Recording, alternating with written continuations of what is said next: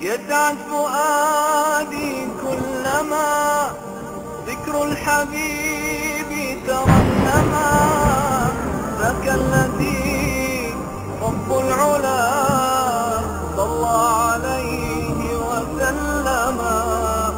يسعد فؤادي كلما ذكر الحبيب ترنما ذاك الذي رب العلا صلى عليه وسلم. نبي رب العالمين الصادق الهادي الأمين الطاهر الدمث الذي أعوذ بالله من الشيطان الرجيم. بسم الله الرحمن الرحيم. إن الحمد لله نحمده ونستعينه ونستغفره ونعوذ بالله من شرور أنفسنا وسيئات أعمالنا. من يهده الله فلا مضل له ومن يضلل فلا هادي له وأشهد أن لا إله إلا الله وحده لا شريك له وأشهد أن محمدا عبده ورسوله. أما بعد، السلام عليكم ورحمة الله وبركاته. اللهم صل وسلم وبارك على نبينا محمد وعلى آله وأصحابه ومن تبعهم بإحسانهم إلى يوم الدين. alhamdulillah, tey dañ leen di présenter benn munaqasha, benn débat, benn waxante boo xam ne dafa am diggante Abou Ahmed bu daawa au Sénégal ak benn chrétien bu ñuy wax Louis Diédhiou, dëkk di liggéey fële ci Sococim, mu nekkoon fa koo xam ne xaw fitnaal jullit ñi. yàlla dogal débat am suñu diggante, moom lañ leen di présenté tey. incha allah ngeen taataan ko te jariñoo, di ñaan yàlla yàlla na ko yàlla jubal. wa barakallahu fiikum. asalaamaaleykum wa rahmatullah. fu mu jóge mën naa jóge ci man, mën naa jóge ci yow. waaw li ci ëpp solo mooy bu feeñee rek ñu daal di koy jëf. loolu moo ci ëpp solo. ba pare waxtaan bi bañ a nekk waxtaan boo xam ni ku nekk da ngay jéem a noot sa morom. loolu amul njëriñ.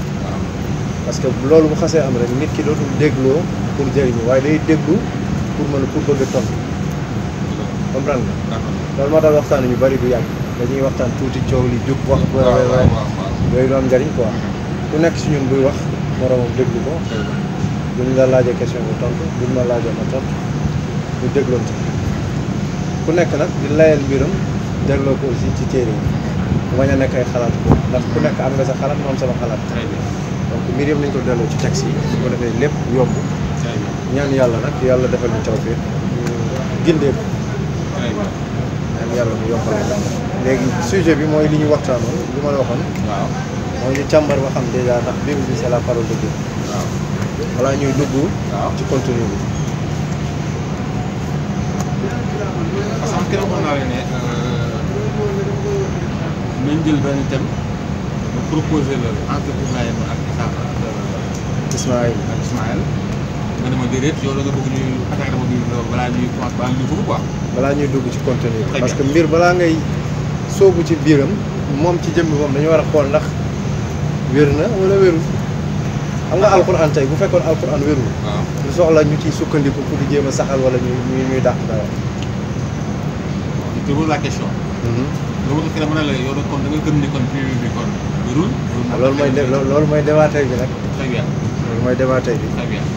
waaw léegi. léegi bàyyi kàddu gi. waaw man mooy li ma la waxoon rek. waaw li may tàmbalee moom mooy. waaw comme yow yaay borom Bible bi yaay chrétien bi. waaw ah. waaw si. non day am dëgg loolu. non day am dëgg bàyyi ma laaj la rek bàyyi ma laaj la. attends laaj bi ma li ma la waxoon keroog mooy man ma ñëw yow mi gëm ni téere bi ci boppam wér na téere bi ñu tuddee Bible wér na lan mooy firndeel ni kàddu yàlla la lan moo koy firndeel. bon débat bi c'est-à-dire soo ma accusé ci dara. ah man maa la war a wax li ma la accusé. très bien. man ba léegi waxaguma ndax wér na wala wérul dama laa laaj ndax wér na. si yow bu ma laaj ndax wér na est-ce que yow je suppose que yow pour yow wérul. mën na ne parce que man comme xaw ma lépp. Très bien. waaw man moo tax ma laaj. su ma la nee par exemple yow dëkk ma d'abord balaa parce que yow mi accusé kon accusé boo accusé yaa war a gis preuve. léegi bàyyi ma yombal mbir mi. mu gën a gaaw. waaw man dama jàpp ni. waaw ay waxu yàlla ngi ci biir waaye ay waxu nit a ngi ci biir ak ay jëfu nit. très bien. donc pour tënk damaa jàpp ni téere bi kenn mënta wax ni kàddu yàlla la. intégral waaw. li tax ma wax ko nag ay mbir la. dafa ay mbir yu bëri yu nekk ci biir yoo xam ni pour man wérul. d'accord. mën naa juum nga jubbanti ma gàgganti ma du dëgg. waaw pour man wérul. d'accord. bokk na ci li may njëkk a laaj. waaw balaa may laaj sax damay xamle ni borom bi tabaaraka wa taala muy yàlla du borom bindee fi moom dafa mat. il est parfait. ses œuvres sont parfaites du dëgg. ay jëfam dafa mat. waaw ay jëfam dafa mat ay waxam dafa mat d'accord na ci loolu. donc lépp luy njuumte kenn mënu koo askanale. lépp luy fàtte aussi kenn mënu koo askanale. ah li ma lay njëkk a fi ma lay njëkk a delloo mooy évangile de Luc yor nga Bible. waaw yow nag waaw. ubbil évangile de Luc. évangile Luc waaw. waaw soo bëggee ma abal la. yow naa Luc. chapitre 3. chapitre 3. waaw. waaye ñu wël gëstu ko.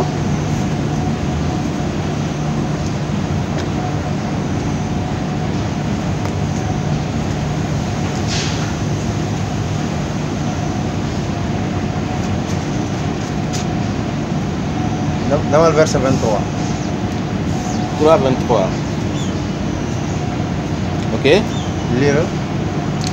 Jésus avait environ 30 ans lorsqu'il commença son ministère. Étant, comme on le croyait, fils de Joseph, fille d'Élie. Fils d'Élie. waxu yàlla la wala waxu Luc la. Jésus avait environ koy wax mooy li ngay wax amoo ci xam-xam bu wér maanaam da ngay nattable xam buñ ne diw est né vers mooy amuñu exactitude ci juddam du dëgg.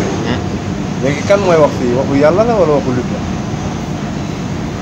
su fekkee ni ko chrétiens yi jàppee mooy Bible bépp waxu yàlla la donc waxu yàlla la war a doon te su fekkee lii waxu yàlla la dafa garaaw ndax yàlla xamul sax Jésus kañ la commencé ministère am léegi ma bàyyil delloo la laaj bi ndax waxu yàlla la wala waxu Luc la. Très bien. Voilà. Pardon. Pour couper courant, li nga wax ne dama cee ànd la Bible en tant que telle xoolal elle n'est pas à 100% la parole de Dieu parce que lu tax parce que ay nit ko bind macha allah. ay nit ko bind comme ce point là yaakaar naa day war fee yàlla quoi. léegi dafa am ay mbir yu bëri yoo xam dafa aju. waaw ci pas-pasu chrétien yi yoo xam ni. waaw dañ ko dugal ci làmmiñu Jésus. waaw te boo demee parce que dañuy wax ni Ancien Testament. waaw dafa prédire ñëwu Jésus. waaw prédire mission maanaam dee bi mu waroon dee ci croix bi. waaw pour sauver nit ñi. waaw. man dama ne loolu amul ci Ancien Testament. ah bon waaw d'accord. su fekkee am na. waaw nga andil ma ko su fekkee amul nga ne ma amul ñu jàll ci leneen. évidemment am na am pagay. lan mooy firnde ni am na. ñu te renvoie demal Ésaïe. 53. Ésaïe 53. ay ca liira.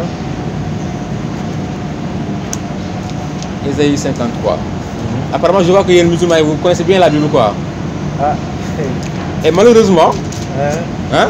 waaw. Vous connaissez la Bible. Mais ce qui est bizarre da ngeen nanguwul lu Bible wax. waaw li ngay nangu mooy li la convaincre lu dëgg. Non mais si non xaaral mais parce que lu nga bëgg nga nangu ah excuse-moi c'est pas méchant hein. non y a pas de souci. De mauvaise foi. loolu mën naa nekk. Parce que ça contredit yow ta pensée. Parce que ça contredit hein ta croyance religieuse. waaw léegi. D'accord. Est-ce que d'accord ci lu ma la wax. man d'accord mën na loolu mën na valable ci ay nit mais man c'est pas mon cas. xam nga lu tax surtout waaw bu la boo demee ci Actes des Apôtres. chapitre 17. waaw verset 7 wala 9. Juif yi à chaque fois bu leen nit waxee dara dañuy examiner la parole de Dieu. waaw pour xool ndax nit ki li muy wax dëppoo na ak téere bi li muy jàngale. comprendre nga d'accord oui. léegi man lépp lu ma la wax bu ma ko mënul layal ci téere bi rek xamal ne damaa topp sama bànneex. d'accord boobaa je suis de mauvaise foi. d'accord du dëgg. d'accord. léegi nañu lire Ésaïe 53 ba xam. Ésaïe 53. ndax loolu lay wax. d'accord ñu ne fii on commence ci verset 1 wala verset quoi. Donc ñu ne fii qui a cru à ce qui nous a été annoncé, qui a reconnu le bras de l'Éternel, d'accord? Une interrogation. Il s'est élevé devant lui comme une faible plante, comme un rejeton qui sort d'une terre desséchée. Il n'avait ni beauté ni éclat pour attirer nos regards, et son aspect n'avait rien pour nous plaire.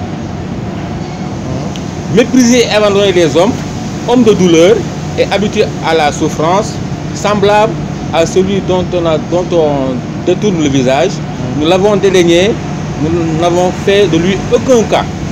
Cependant, fille, hein, ce sont nos souffrances qu'il a portées. Et quand non, il faut m'expliquer, il faut m'argumenter, d'accord? Fille, je te pose la question, de qui il s'agit ici? Boo ma posé question day coupé dama bëgg nga lire 53 ba pare. D'accord. Après nga posé ma question. D'accord. Am na fii, ce sont nos douleurs qu'il s'est chargé et nous l'avons considéré comme puni, frappé de Dieu et humilié. Mais il était blessé pour nos péchés, brisé pour nos iniquités. Le châtiment qui nous donne la paix est tombé sur lui et c'est passé meurtrissure que nous sommes guéris. Nous étions tous errants comme des brebis, chacun suivant sa propre voie, et l'Éternel a fait retomber sur lui l'iniquité de nous tous. Il a été maltraité et opprimé. Il n'a point ouvert la bouche, semblable à un agneau qu'on mène à la boucherie. À une brebis muette devant ceux qui l'attendent, il n'a point ouvert la bouche. Il a été élevé par l'angoisse et le châtiment, et parmi ceux de sa génération qui a cru qu'il était retranché de la terre des vivants et frappé pour les péchés de son peuple, de mon peuple. On a mis son sépulcre parmi les méchants, son tombeau avec les riches, quoiqu'il n'eût point commis de violence et qu'il n'eût point de fraude dans sa bouche. Il a plu à l'Éternel de le briser par la souffrance et après avoir livré sa vie en sacrifice pour le péché. Il verra une postérité et prolongera ses jours, et l'œuvre de l'Éternel prospérera entre ses mains. À cause du travail de son âme, il rassasiera ses regards. Par sa connaissance, mon serviteur juste justifiera beaucoup d'hommes, et il se chargera de leurs iniquités. C'est pourquoi je lui donnerai sa part avec les grands. Il partagera le butin avec les puissants, parce qu'il s'est livré lui-même à la mort et qu'il a été mis au nombre des malfaiteurs, parce qu'il a porté le péché de beaucoup d'hommes et qu'il a intercédé pour ses coupables. Pathé. Gis nga verset bi chapitre 53 verset de 1 à 12. Waxul keneen ku dul Jésus fii. Question la wala. Non, damay affirmer, damay exprimer. Parce que parmi tous les messagers de Dieu que j'ai envoyés, aucun ne s'est identifié à ce personnage-là. Un seul. Lui seul qui s'est identifié à ce personnage-là. Le Coran dit que Jésus n'est pas mort. Alors que dans l'Ancien Testament, beaucoup de prophètes, pas seulement Ésaïe, beaucoup de prophètes ont annoncé sa mort. Beaucoup l'ont prophétisé d'abord. Avant qu'ils annoncent sa mort, ils l'ont d'abord prophétisé d'abord.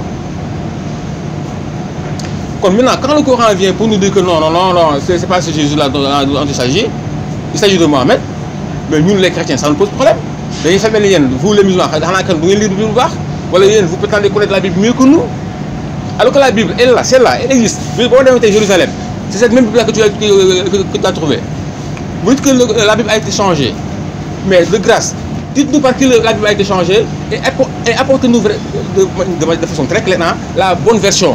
Bu ñu waxtaan ak yéen xoolal man la bëgg Pathé bu ma waxtaan ak yow soo mënee Bible dañu ko changé je m'aimerais vraiment que tu m'apportes les bonnes versions pour ma mun a gëstu ba xam ndax li ñu wax dëgg la lu dëgg. te li may njëkk a tontu par rapport à au personnage de Ésaïe 53. Oui. amul benn tur boo xam ne dañ ko édifié ne diw la benn loolu d'accord. D'accord. léegi lan moo des mooy ñu xool caractéristiques yi. Ésaïe 53 tudd. Très bien. ci kan lay dellu. léegi boobaa man dama lay laaj ay questions par rapport à Ésaïe 53. Vas-y. parce que yow da nga ne Jésus la man ma ne la lu Jésus. yow mënuma la wax nag personnage bii la mais dama ne la lu Jésus ndax dundu Jésus su fekkee dañoo d'accord ni mooy li Nouveau Testament wax. waaw ci moom. waaw donc dañuy analyser li Ésaïe 53 wax. D'accord. par rapport waaw ak dundu Jésus. d'accord d'accord nga. d'accord. verset bi njëkk dañ ne. waaw. ma la njëkk laaj mooy Qui a cru? 53 mu ne verset 2 il s'est élevé devant lui une faible tente comme un rejeton qui sort d'une terre desséchée il n'avait ni beauté ni éclat pour attirer nos regards. mu ne Jésus dafa ñaawoon ba kenn mënu koo xool da nga koy saxal bu dee da nga koy saxal rek ñu jàll gaaw. Non bu sax ko xam nga non c'est ça c'est très terre c'est ça c'est ça. non damay laaj. D'accord da ngay laajte. waxuma ndax daal terre à terre wala fa kawe. D'accord voilà. texte bi dañuy dellu ci texte bi rek texte bi dafa ne Jésus dafa ñaawoon ba mënuñu koo xool est-ce que loolu da nga koy saxal ci Jésus wala déet. xam expliqué la. da nga comprendre xoolal xam nga lu problème c'est yéen musulmans yi xoolal da ngeen dul comprendre contexte yi ak yu ñuy waxee. waaw léegi expliquez ma contexte. Très bien xam nga fi la leen sécurité yi xam nga leen leen ko sécurité lorsqu'ils l'ont attrapé lorsque Jésus a été pris dañ ko dóor ba kenn mënut ko xàmmee. loolu binduñu ko ci biir bi de dóor nañ ko moom dañ ko flagellé. mais ku ñu flagellé flagellation flagellation flagellation yi romain yi doon def c'est au dos lañ la doon dóor. pas ci kanam non léegi bu fekkee am nga. nga xaaral. pour faciliter. soo amee bu loo wax rek foog nga won ma verset buy wane ni lii ngay wax ni am na ci biir. Pathé. na xoolal bu ñu procédé noonu du avancé. ah lu tax. non du avancé. parce que bu fekkee damay laaj firnde ci biir bi. attends xoolal gis nga man j'ai beaucoup d'interrogations à te poser dans le Coran te bu fekkee dañu ni procédé non loolu amul problème. parce que bu ñuy waxtaan ci Coran bi loo ma laaj lu ma mën a tontu ma tontu lu ma mënul mën a tontu mais fi mu toll nii man maa la laaj parce que yow da nga saxal dara ci Jésus man d'accord mu ne Jésus dafa ñaaw. loolu benn ça c'est pas important. non c'est très important. non c'est pas important defal luy déglu ma xam nga ndax mooy important dañuy joxe description benn nit ñuy werante man ak yow est-ce que moom loolu du moom donc les moindres détails faaw ñu souligner ko quand même. du dëgg léegi nañu bàyyi bii garaawul ñu jàll ci. non lii pour man li si détails là yi amul solo quoi. léegi ñu ne la non mais dafa naa xoolal li ma bëgg expliquer sànq xoolal. c'est par rapport à sa mort loolu la expliqué fii il n'avait ni beauté parce que xoolal on l'avait flagellé dañ ko dóor tufli ko saaga ko def ko lépp def ko lu nekk. xoolal on a mis des épines sur sa tête. benn couronne la loolu couronne d'épines. alors ça n'a rien à voir avec le visage. ah mais si yow bu ñu dóoree boo ñu def épine sa boo naccee yow. non ça non xoolal Pathé. damay bañ ñu traîner foofu. non là c'est pas important xoolal non je veux qu'on discute de façon sérieuse xoolal puis xoolal. ma indi ci détails yi xam nga lu am solo. xoolal fa ñu dem ci li am solo li gën a am importance. ci laa jëm nii moo tax ma ne la ñu wax voilà.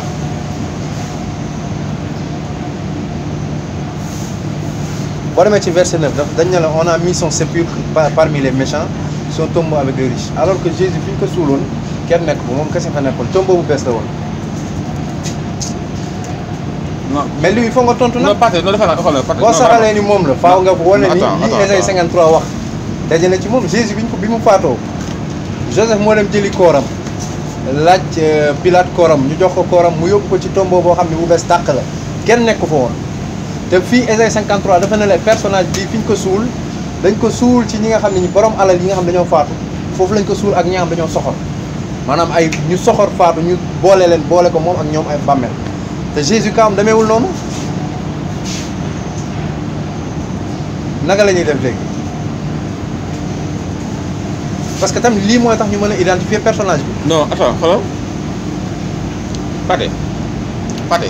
suñu procédé nii xoolal du dox. mais lan nga bëgg ñu procédé léegi. xoolal xam nga li gën a am importance man xoolal.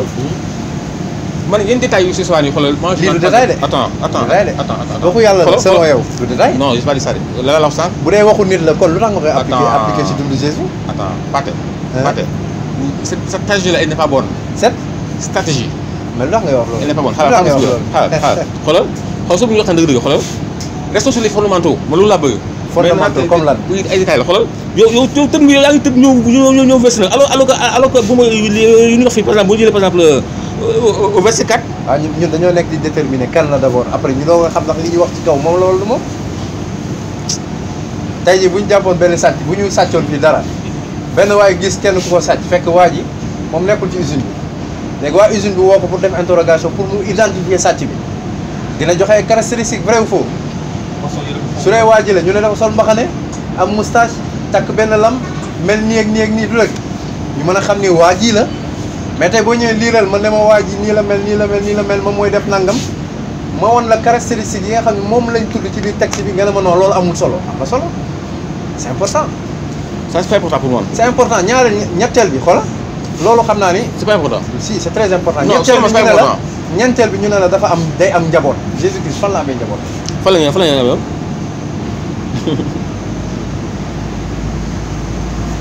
53. waaw. boo demee ci verset 10 il a plu à l'Éternel. waaw. de le briser par sa souffrance après avoir livré sa vie en sacrifice pour le péché. Il verra une postérité et prolongera sa vie. maanaam day am njaboot ba pare yàlla guddal fanam. Jésus Christ fan la amee njaboot. Ésaïe 53 chrétiens yu bëri dañ koy jël te duñ ci bàyyi xel fenn rek la ñuy jafandu lan moo tax duñ ci bàyyi xel mooy il a porté nos iniquités bu ñu gisee loolu fàtte nañ li ci des te loolu booy def recherche scientifique bu sérieux da ngay jël texte bi yëpp en vigueur xool texte bi yëpp li muy wax détaillé ko benn par benn pour mën ko appliquer nit mais doo ñëw jël benn bu la arrangé rek nga ne noonu lii comme ñu ngi ñuy wax à l'église que Jésus est venu porter nos péchés ma gis lii ci Ésaïe 53 donc je le mets directement sur le dos de Jésus dama naan la déedéet il faut qu'on étudie le texte intégralement. Attends. Que veut dire postérité? Postérité mooy njaboot demal dictionnaire bu la neex. D'accord, attends, on va. mooy descendance. D'accord, attends.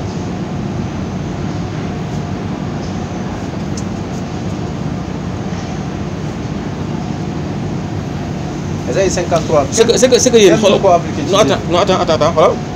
Xam nga vous avez xoolal vous avez c'est pas méchant hein ce que je dis là. Man xoolal je suis un débatteur. J'ai l'habitude de débattre. Xoolal vous avez une conception xoolal erronée de la Bible. Mais c'est pas méchant léegi su erroné moom moo ñu war a prouver. waaw d'accord xaaral attends que ni c'est erroné à travers la Bible. D'accord. Postérité. su nit waxee lu dul dëgg te mu am preuve bu firndeel li muy wax du dëgg dañuy dellu ci preuve yi pour wane ni kii li muy wax du dëgg mais suñ taxawee ni rek di wax non li ngay wax du dëgg li ngay wax du dëgg te amuñu firnde buy wane ni kii li muy wax du dëgg boobaa kenn du mën a gëm ni li ngay wax kii li nga koy tuumaal loolu am na puisque man damaa sukkandiku ci ay texte pour wax la ni li ngay wax del du kenn mënu ko appliquer ci Jésus sukkandiku ma sama xel wala ay samay passion mais ci texte damaa lire texte wax la delloo la texte bi Ésaïe 53 même savant chrétien dañ ci am problème. non am ngeen problème. si man damay lire exégèse yi. déglu ma rek pas du pour débat ci savant chrétien yi. damay lire ñoom seen tafsir maanaam explication bible bi bu ñu accès ba ci Ésaïe 53. versets yi dañ ciy am problème parce que mënuñu ko appliquer Jésus Christ. oto bu ñu ko appliquer alors que yow. ana jabootam mais da ngaa tëb. da ngaa tëb yow li ma tëb nee naa la man li ma tëb ba léegi weddee ko li ma bëgg moo ñu saxal nit ki d'abord. d'accord doo ko teg loolu ci kaw. d'accord suite de ceux qui descendent d'une même origine. Première définition loolu lay wax de. waaw origine. même origine mooy lan. mooy descendance mooy ñoo xam ñoo bokk benn géñoo. déedéet. loolu lay teg. ah déedéet origine. waaw déedéet mënoo teg loolu. déedéet cosaan. mag yow bu ñu boo nekkee séeréer ma nekk séeréer bokkuñu cosaan. postérité ma ne la bi dictionnaire boo mën ci dem ni ma koy définir mooy descendance. wala njaboot mënu ko firee neneen. mënoo andi benn dictionnaire bu lay wax postérité leneen ça n'existe pas. d'une même origine. maa lay déglu. origine. fu mu soqee ko. waaw mais loolu ça n'a rien à voir ak njaboot. léegi il verra une postérité. dugalal fu mu soqee ko ci texte bi. très bien xoolal xam nga l'émission da ngay comprendre loolu xoolal gis nga nous qui sommes l'église nous formons une communauté. Nous sommes une communauté inséparable et puis xoolal dañu ne xoolal simple dafa ne xoolal nous on a été élus avant la fondation du monde. est-ce que vous ne comprenez pas? fi mu toll nii waxu Paul rek nga may. non xaaral xool parce que xool xam nga yéen Paul. ñun ñu ngi ci Ancien Testament. non dama xool dama leen di ay version xoolal pour expliquer la situation nu mu demee c'est-à-dire pour xale yi xam nga la ngeen comprendre léegi nga vous n'avez pas l'esprit pour comprendre ce dont nous on parle. parce que xoolal bu ñu nekk ci postérité c'est pas en tant que tel parce que ñu xam nañu Jésus amul doom. texte bi loolu la non daal waxu loolu de postérité fii ça n'a rien à voir avec descendance. texte bi loolu. déedéet non. non bul wax loolu. àggaguñu foofu xaaral rek. amul doom àggaguñu foofu. pour le moment amagul jabar amagul doom pour le moment. te texte bi loolu la wax. léegi moom man ni ngay def ba won ma ni Jésus si lii tekkiwul descendance man loolu rek lay déglu. non loolu laa expliqué nii c'est parce que xool da ngay comprendre xool jox ma lu concret ma xam ni li ngay wax xoolal loolu laa expliqué pour nga comprendre xoolal gis nga ñun les chrétiens xoolal nous formons une communauté et puis cette communauté là xoolal elle a existé bien avant la fondation du monde. même mot bi ngay wax chrétien sax Jésus xamu ko Jésus n'a jamais entendu le mot chrétien. ni nga xam ne chrétien ni nga xam ne mooy chrétien. kon chrétien jógewul ci moom loolu lu jar a bàyyi xel la. non gis nga yéen musulman xoolal wuti ne xoolal des langages yoo xam ne xoolal c'est incompréhensible ba xoolal. non si parce que li ñu wax musulman mais que di mais sama téere war nañ fa fekk ni yàlla moo ñu tuddee musulman suñu diine mu tuddee ko islam du ñun ñoo koy créer suñu bopp parce que mbiru yàlla du mbiru doomu aadama. voilà chrétien Jésus musul dégg moo chrétien christianisme mësta génn ci gémmiñ chrétien ak christianisme mu ngi jóge ci ay païens ay ceddo yoo xam dañoo gis Paul ak Barnabas dem Antioche en Grèce di prêcher Actes des Apôtres chapitre 11 verset 26 pour tooñ boo demee ci Bible de Jérusalem mu ngi ni mandaale. waaw wala sànq bi nga wax Bible de Jérusalem nag mu ngi ci Bible boo ko ubbee. waaw dañ la ne ñoom dañoo créé tur boobu pour sobriquet pour tooñ. pour tooñ chrétien yi. mën naa la jox verset bi nga liiral ko sa bopp. université ma xool.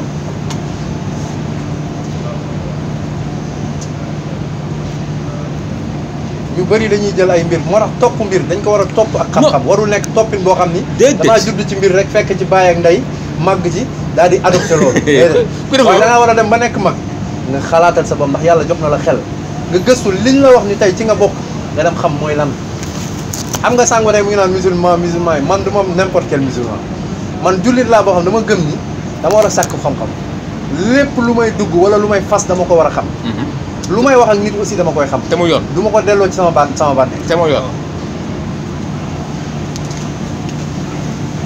ubbil Actes des Apôtres. Actes des Apôtres. chapitre 11 verset 26.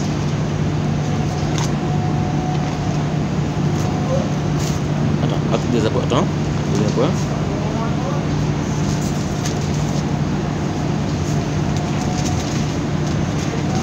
Chapitre 11. Verset 26. Oui. Waaw. Mais lire à partir du verset 25, 26. Il y a une note explicative K sur le verset 26. Après nga dem ci suuf nga xool lan la gars yi wax ci suuf. Mën nga lire ñoom ñu dégg comme ça ñu xam ne li may wax mu ngi ci biir. À partir du verset 25, 25 mu ngi nii. 25 d'accord, waaw. 25 ouais.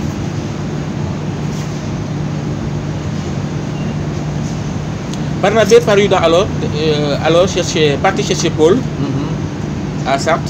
L'ayant trouvé, il l'amena à Antioche. Toute une année durant, ils vécurent ensemble dans l'église et y instruisirent une foule considérable. D'accord? C'est à Antioche. C'est à Antioche. Ouais, que pour la première fois. Les disciples. xaaral Paul fekkee na bi Jésus di dund wala fekkee wu ko xam nga fekkee wu ko.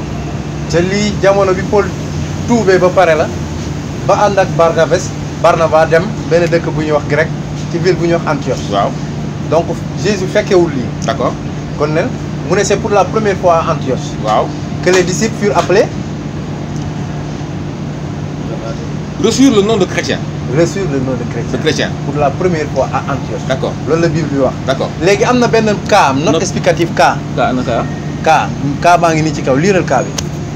Cas, c'est-à-dire partisan ou sectateur du Christ. En créant ce sobriquet. Lan mooy sobriquet ci français mooy sabotage bu la neexee nga dugg dictionnaire sobriquet mooy sabotage. D'accord. Les païens d'Antioche ont pris le titre de Christ. D'accord. oint pour L'attribuer un nom propre. au nom propre pour qui? Pour les disciples. D'accord, si tu veux. Païens yi ñoo créé mot chrétien. Jésus xamul chrétien. Amul chrétien ci kaw suuf bu la mën a andil verset bu bi Jésus Christ yi wax ni diineem christianisme la tudd ay taalibe mësu leen woowee chrétien. Nan la leen doon woowee ni alquran wax innamal mu'minuuna ixwa mes frères maanaam mbokk leen lan woowee. moo tax bi ñu ko andilee yaayam ne ko sa yaay ngi nii mu ne leen man sama yaay ak samay frère mooy ñi nga xam ne dañuy def li soob yàlla di jébbalul yàlla mooy innamal mu'minuuna ixwa. Mais attends, Pathé. Mais sobriquet bi ñan ñoo ko jox chrétien. mooy païen. waaw d'accord ceddo koo xam ni. gëmul D'accord. yàlla. koo xam ne ay xërëm sax lay jàmm. yow wutal la tur boo xam ne moom nga endossé depuis 2001 te jógewul ci gémminu ki yàlla yónni muy Jésus. mais ki yàlla yónni moom ci islam moom ban tur ngeen ko xamee yéen. islam non du problème mu tur problème mu ci ban. kon bu dee lu tur mën naa nekk fii xam nga Souleymane. très bien Souleymane boo demee ci biir Salomon lañ koy woowee. mais buñ ko déglu ma rek buñ ko yóbboon en hébreu. waaw doo am Salomon leneen ngay am. lu am leneen ngay am. lu am mais doo am Salomon. soo ko andee arab leneen ngay am mooy Souleymane. est-ce que comprendre. Aïssa nga dellu ci texte yi ñu ngi ko tuddee almasih Aïssa ibn Mariam. Jésus fils de Marie le Messie. noonu la ko alxuraan tuddee. na xoolal xam nga la bëgg comprendre Pathé. mais Ésaïe 53 bi laay bañ ñu génn. non du jigéen mais soo déggee chrétien xoolal ça dérive du Christ. mais kan moo ko war a. non attends kan moo ko war a jàngale Jésus wala yow wala benn païen foofu la problème bi nekk. non xoolal xam nga problème bi xoolal Pathé. ñu ko ak une fois de xoolal vous vous apparentez sur des détails yoo xam ne xoolal. ak am solo non amul solo. ak am solo. amul solo Pathé. lu tax ma ne dafa am solo Jésus Christ ñëw woote. ba dem yoonam. léegi lii moo leen di àtte léegi. moom laa ko wax. loo bañoon fee rek. waaw liir nañ ko saxalee fii. waaw après ngeen. imagine toi tey Muhammad sallallahu alayhi wa sallam ñëw woote yàlla mu ne yàlla moo ko yónni mu woote wax ba dem yoonam. loolu luy benn entre parenthèse la woon rek. parce que dama la dégg nga naan ñun chrétien. non mais xoolal ma am lu mu mais léegi dama bëgg ñu. non xoolal soo déggee chrétien xoolal soo déggee chrétien dama bëgg ko comprendre benn affaire soo déggee chrétien mooy les ceux qui ont cru en Christ rek la. ah mais loolu sax xoolal loolu Jésus moo la ko jàngal. attends Jésus du bu muy dund ay nit gëm nañ ko est-ce que lu tax woowee leen chrétien. dama lay laaj lu tax woowee leen chrétien. non kon il faut moo leen ah bien sûr chrétien yi. waa ji Bible bi wax na la sobriquet rek la mooy sectateur de Christ mooy ñoo xam ni maanaam dañoo mel ni ñuy askanewoo Jésus maanaam dañoo nekk ay secte par rapport à Jésus Christ. non xam nga kan moo leen jox tur boobu. c'est important. non xoolal Pathé. xoolal dafa mel ni mooy exemple bi ma la jox léegi dafa mel ni Muhammad sallam ñëw woote ba dem mu jóge fii diine mu tudd xamuñu ko ay ceddo yu jóge Casamance ñëw ne yéen seen diine islam la tudd ñu nangu tudd yéen musulman ngeen tudd ñu nangu tudd est-ce que loolu jaadu na loolu jaaduwul Muhammad mi yàlla yónni moo war a wax diine nu mu tudd ñi koy topp lan mooy seen melokaan ak nan lañ leen di woowee loolu moo jaadu mais encore une fois loolu parenthèse la pour bàyyi loo leen xel Jésus xamul Yeshua xoolal après dire xoolal man d'une certaine manière moom mun naa d'accord ak yow parce que xoolal gis nga le mot même Jésus Christ xoolal d'après les enseignements man que j'ai reçu xoolal nee nañu xoolal c'est pas son vrai appellation. Yeshua mooy vrai turam. Très bien. Jésus c'est un nom qui a été créé par les de Yeshua très bien en Jésus. Très bien buñ ko yóbbee ci arabe Isa la lay jox loolu amul problème. loolu problème tur rek la. non tur yi ça varie selon les langues. ça peut varier selon les langues. yow su ma waxtaan dina ne parce que on va se comprendre xoolal ma ne xoolal gis nga boo xoolal bu dee dañuy jël texte yi rek comme ça c'est juste pour t'expliquer xoolal bu ñu jëlee chrétien lu mu chrétien c'est pour te montrer xoolal les disciples du Christ même bu dee yow da nga ko def comme un sobriquet xoolal. d'accord nga ni jógewul ci yàlla.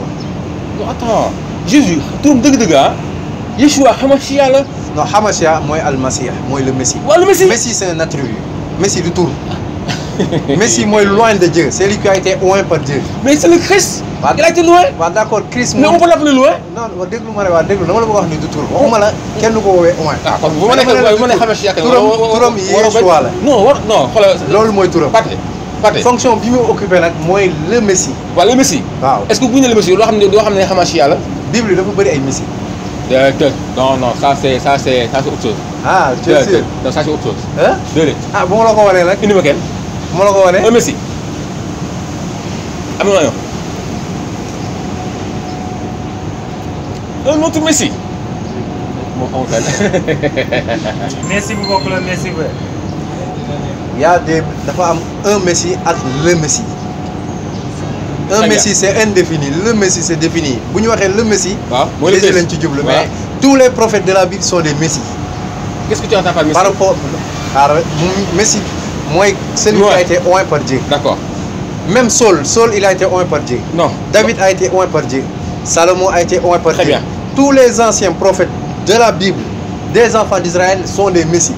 léegi bu ñu waxee le Messi. le avec adjectif défini.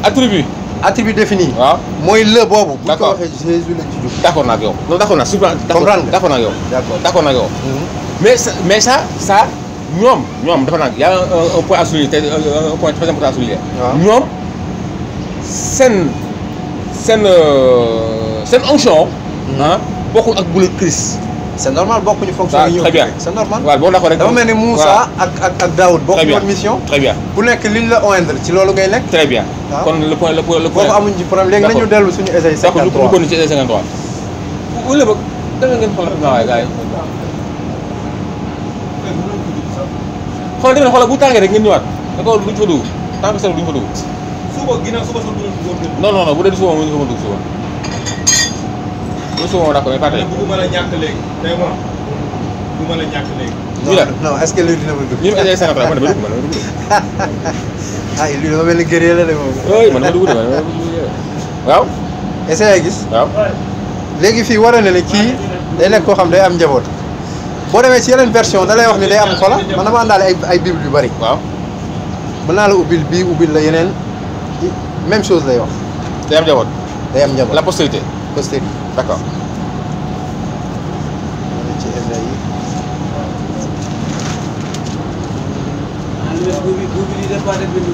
ah. bàyyi ko rek. bind moo ko de. non Pathé jarul muy indi publier yëpp loolu yëpp boo xam ne na ko fa. voilà. très bien. voilà. lii concret wul de. man li may wax yëpp dara concret wul. xoolal li may wax yëpp fii laa koy delloo. waaw d'accord non. léegi xoolal léegi postérité laa ko wax. déglu ma liiral la. waaw. déglu ma liiral la verset 10. mais le Seigneur déglul. waaw. mais le Seigneur approuve son serviteur accablé et il a rétabli celui qui avait offert sa vie à la place des autres. Son serviteur aura des descendants.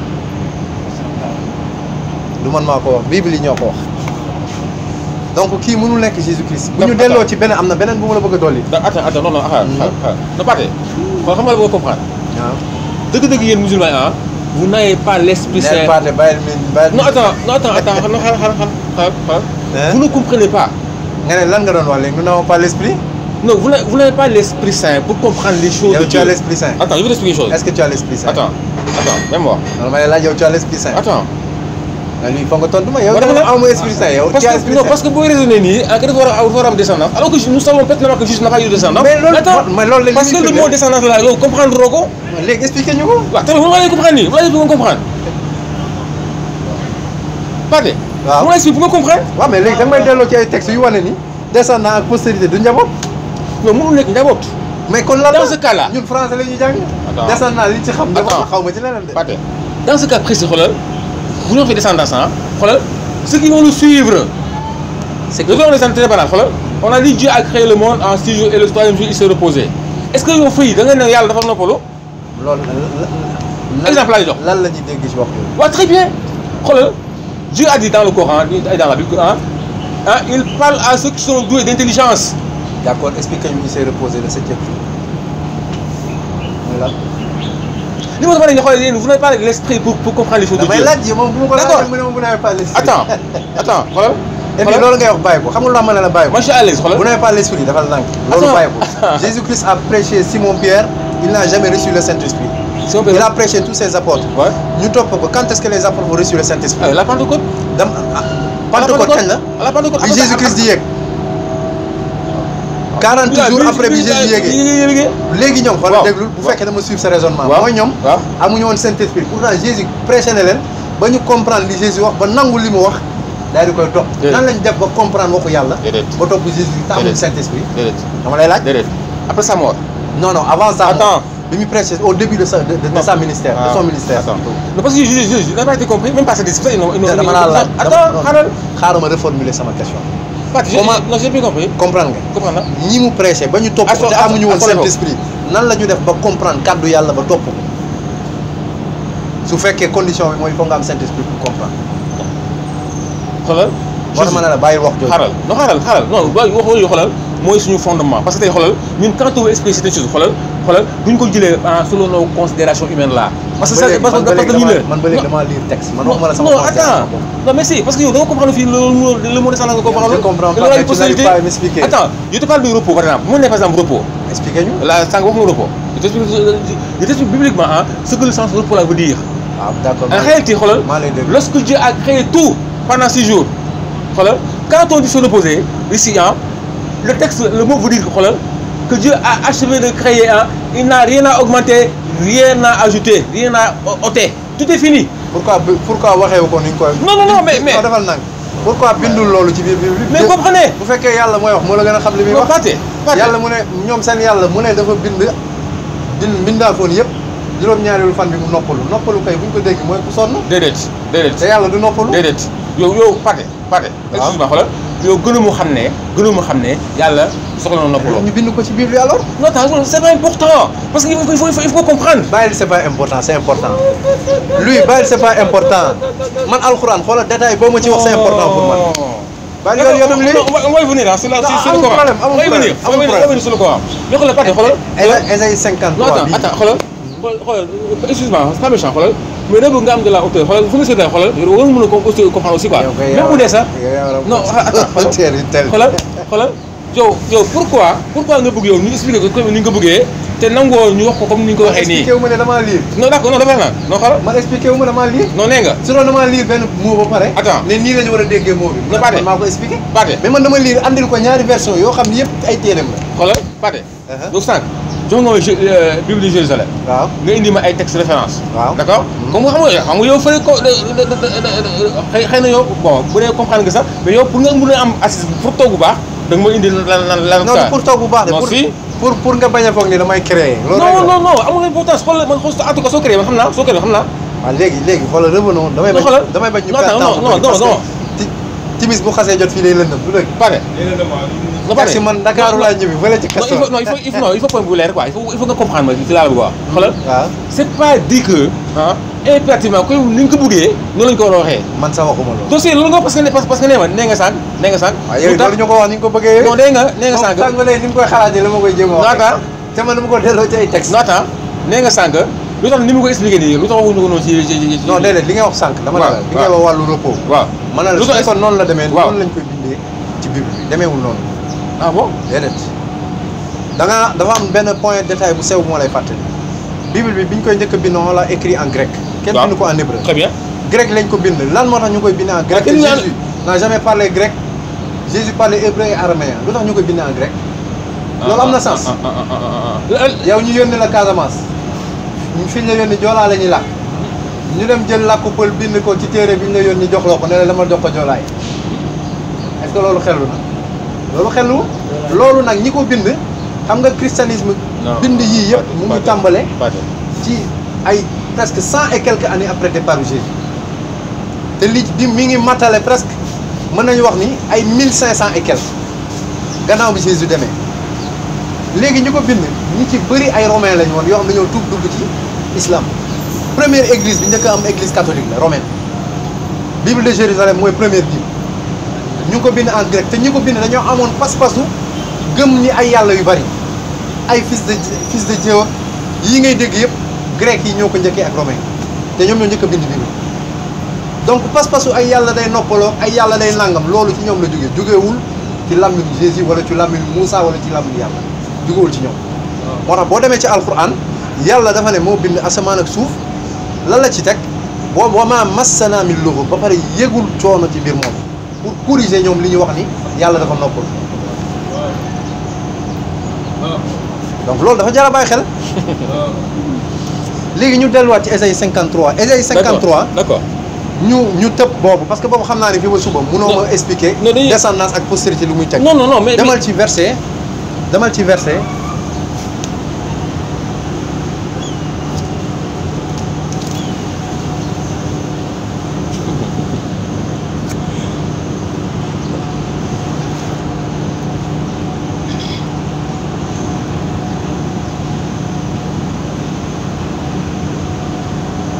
verset 12 nga lire 12.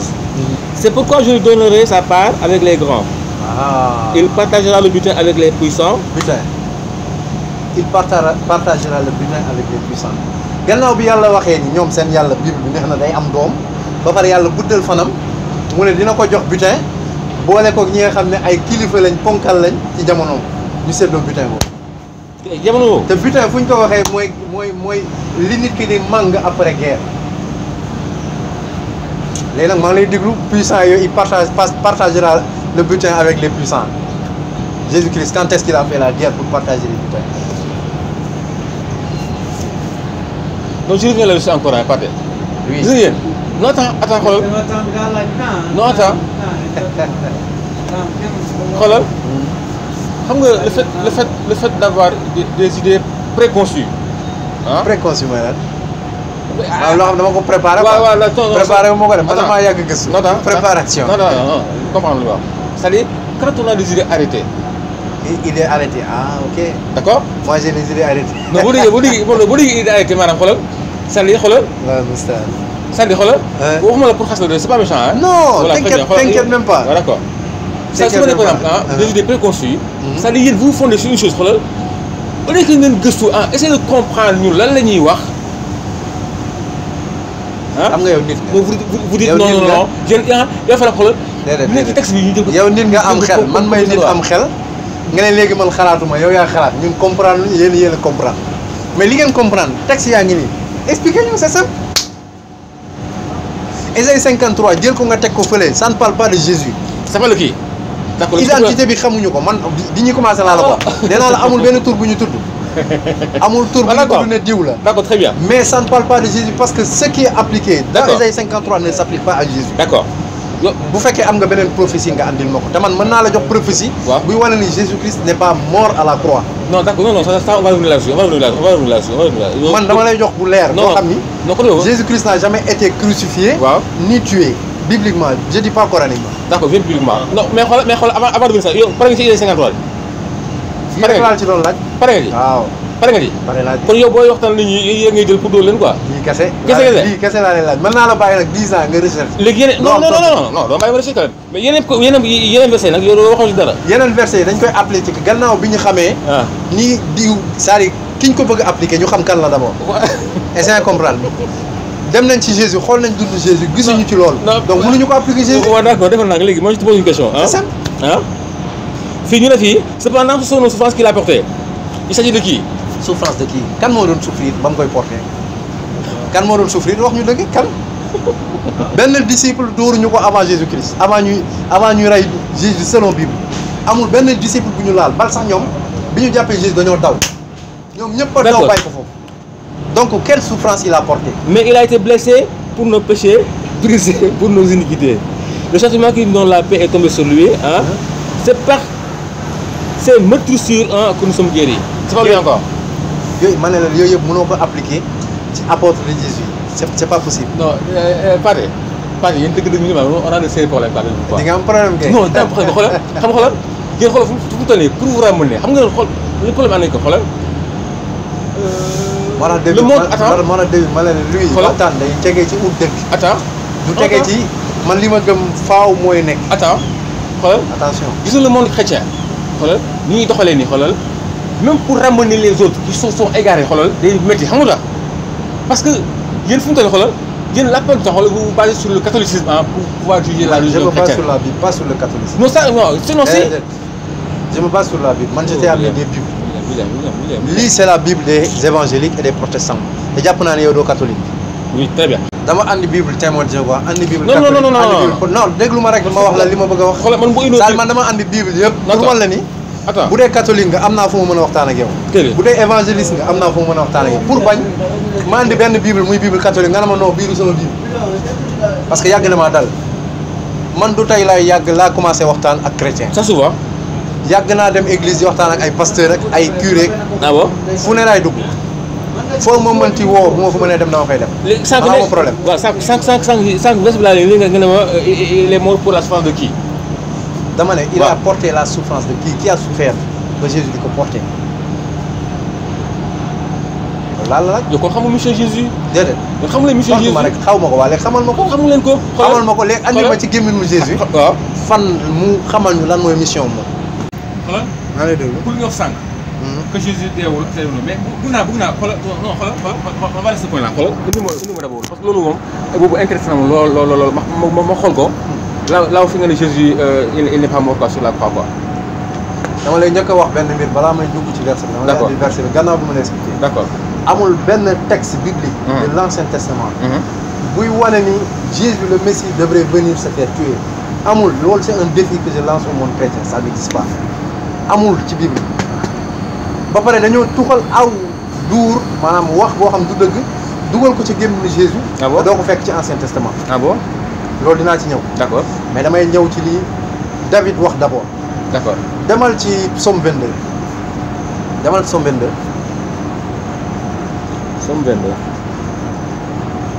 te jëfu Abraham yonent ci yàlla Ibrahim moo lay njëkk a wan ne yàlla soxlawul deretu nit pour sauver ay nit yàlla soxlawul loolu loolu c'est du satanisme boo demee ñiy def ay rite Somme 22 mag franc-maçonnique ak ñeneen ñi ak féticheurs yi ñooy jël ay bakkan di ko rey pour neexalee ko seen ay rawaan yàlla soxlawul di rey bakkan Ibrahim bi nga ko laajee doomam da ko koo laaj ngir tester ko ngir xool jébbalu Ibrahim fan la toll kon yàlla xamuloo ne mu dem ba nekk mag déedéet déglul ma wax la yàlla dina la laaj pour saxalal la yow pour wan la fi nga toll yow du laaj pour ñàkk a xam d'accord très bien d'accord naa Ibrahim dem ba nekk mag amul njaboot yàlla may ko njaboot waaw ba pare daal di koy natt ci njaboot bi ne ko joxal ma ko kan la loolu leçon bi foofu lañ koy jëlee Ibrahim daal di nekk ku wommatul yàlla daal di wax doomam ni lii la ma yàlla digal doom ji daal di wommatul yàlla moom it na ko defal li la yàlla digal ñoom ñaar ñu ànd bëgg a jëfe biñ koy bëgg a jëfee la yàlla daal di nangul Ibrahim daal di koy tuddee xalil tuddee ko xaritam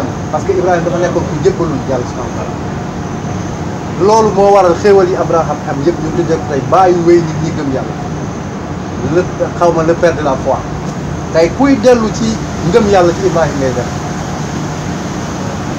donc jëfam jooju li muy symboliser mooy la soumission totale à la volonté de l'Éternel te loolu mooy islam se soumettre à la volonté de l'Éternel loolu foofu yàlla wañu ni soxlawul deret mu daal di koy remplacer ab gàtt ñu dellu léegi nag ci Psaume ubbil Psaume 22 non non léegi gàtt boobu bu ngeen def tabaski loolu dañuy dugg beneen débat d'accord non non demal Psaume 22 comme gars yi du kañ comme que yaa ngi yàlla soxla non non man ci problème mu deret bi laa doon wax rek ak ray bi waaw li mais foofu rey nañu mala te kon yàlla soxla foofu deret waaw non rey mala bi rey waaw. mala bi loolu xéewal la ci ñun alxuraan dafa ne yàlla soxlawul deret bi soxlawul yàpp bi waaye ragal yàlla li nekk ci yéen la yàlla soxla non non mais suñu ko di wax loolu de yàpp bi ñun ñoo koy lekk xam nga du dem ci yàlla mais Pathé loolu c'est une récompense pour ceux qui font l'acte mais Pathé non vos prédicateurs là ils disent pas ça ils disent que ça moo am solo tout moo am solo déedéet gaa loolu la ñuy wax loolu alxuraan alxuraan de waxul loolu ak wax loolu alxuraan waxul loolu d'accord bu fekkee da ngay D'accord. juger l'islam comme ni nga ma wax sànq Ah, très bien. faut pas juger le christianisme Non, non, à tra- non, man non. je ne juge pas le christianisme Non, non, non. à travers les chrétiens donc ne juge pas les musulmans Waaw. l'islam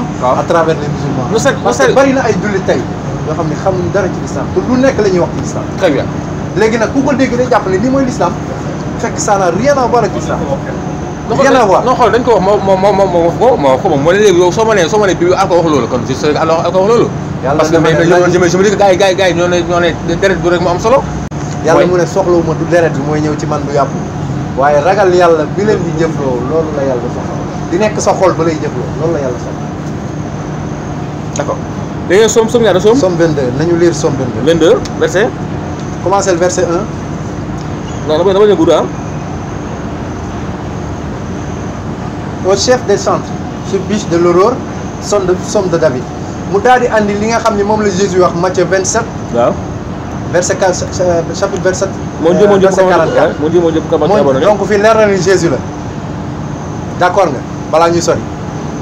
Non, mu ngi nekk soo ko weddee ma andi ko ci Nouveau Testament bi ko Jésus waxee. Vas-y. d'accord nga wala d'accord. Que ma xuus ci la d'accord que fii waaw. prédiction bi Jésus la concerné boo ko weddee rek ma andi lii. déedéet. mais somme bi dafa nag mais somme bi kan ko bind? Somme révélation de Dieu à David. Ah David. waaye yow kon léegi li David bi nu muy concerné Jésus fa la ci ginnaaw. du prophète yi passé dañoo prédire ñëwu Jésus ak li xew ci mission. Très bien. prophète buy waaj a ñëw ki la jiitu day wax say mbir. Très bien. loolu mooy xew fii ci David moo tax Jésus ne les prophètes ont parlé de moi. Jésus. waaw waaw. léegi ma ne la ndax waaw. d'accord nga ci lii David di waaj a wax. waaw. ni Jésus la concerné wala concerné wu. après ñu lire li ci des. Bon, la question là, bàyyi ma aj ko. On continue.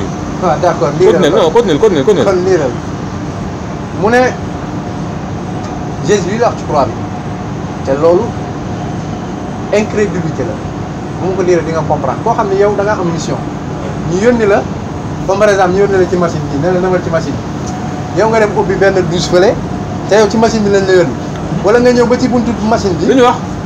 au lieu nga dugg nga tëj buntu bi kànnaar ko dem sa yoon. au chef des chantres sulpice de l'aurore psaume de David.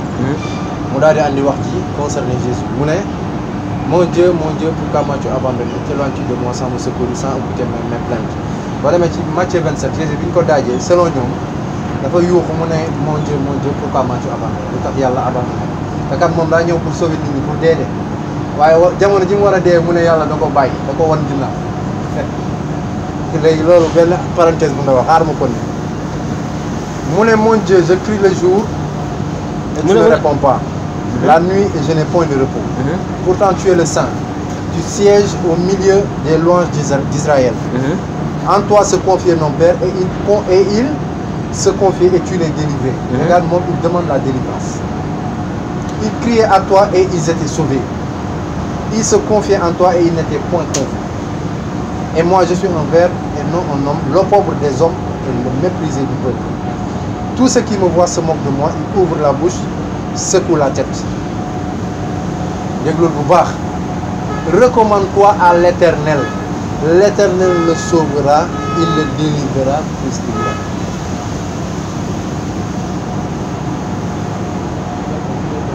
À leer nañ.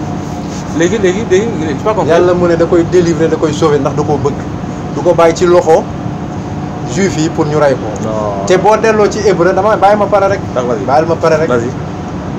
Jésus Christ bi mu demee dans Luc 22 bi muy julli yàlla lu mu yónnee du benn malaaka ah malaaka bi ñu ne dafa ñëw ku daal di koy dalal te Jésus xam nañ ne ku baax la te yàlla dafa ne ci Bible ñi mu dul nangul mooy bàkkaarkat yi. Jésus julli ci Matthieu 26 ak Luc 22 ñaan yàlla pour mu sauver ko ci dee boobu moom dafa ñëw pour dee muy julli pour ñaan yàlla sauver ko ci dee.